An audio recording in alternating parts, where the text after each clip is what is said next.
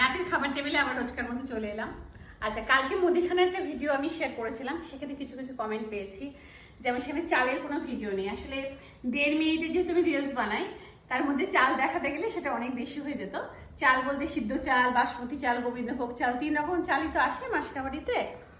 আরেকজন কমেন্টে লিখেছে যে তেল এত খেলে ওটসের কি উপকার লাগবে।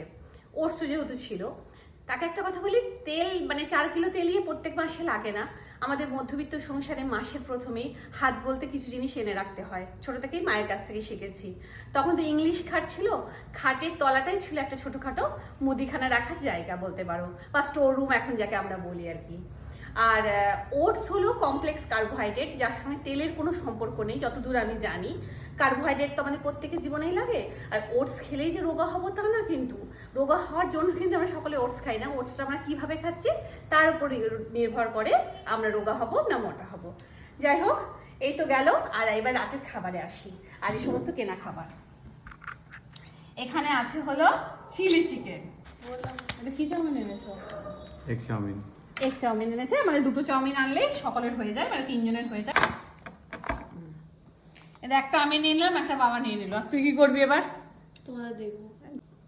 তো এই দিয়ে হবে আজকে আমাদের রাতের খাওয়া দাওয়া। তো চলো শুরু করি। শুভরাত্রি। রাতের খাবার টেবিলে আবার রোজকার মতো চলে এলাম।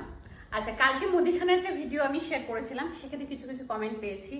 যেমন সেখানে চালের কোনো ভিডিও নেই। আসলে 1.5 মিনিটে যেহেতু আমি রিলস বানাই, তার মধ্যে চাল দেখাতে গেলে সেটা অনেক বেশি হয়ে যেত। চাল বলতে সিদ্ধ চাল, বাসমতি চাল, গোবিন্দভোগ চাল, 3 রকম চালই তো আসে মাসকাবাড়িতে। আরেকজন কমেন্টে লিখেছে যে তেল এত খেলে ওটসের কি উপকার লাগবে। ওটস যেহেতু ছিল, তাকে একটা কথা বলি, তেল মানে 4 কিলো তেলই প্রত্যেক মাসে লাগে না।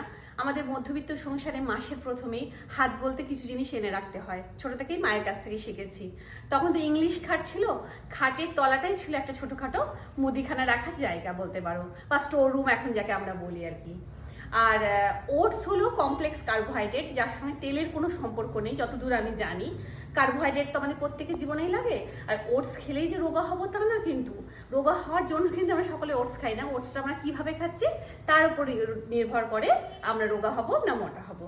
যাই হোক, এই তো গেল। আর এবার রাতের খাবারে আসি, আর এই সমস্ত কেনা খাবার। এখানে আছে হলো চিলি চিকেন। এটা কি চাউমিন এনেছো? Egg chowmein.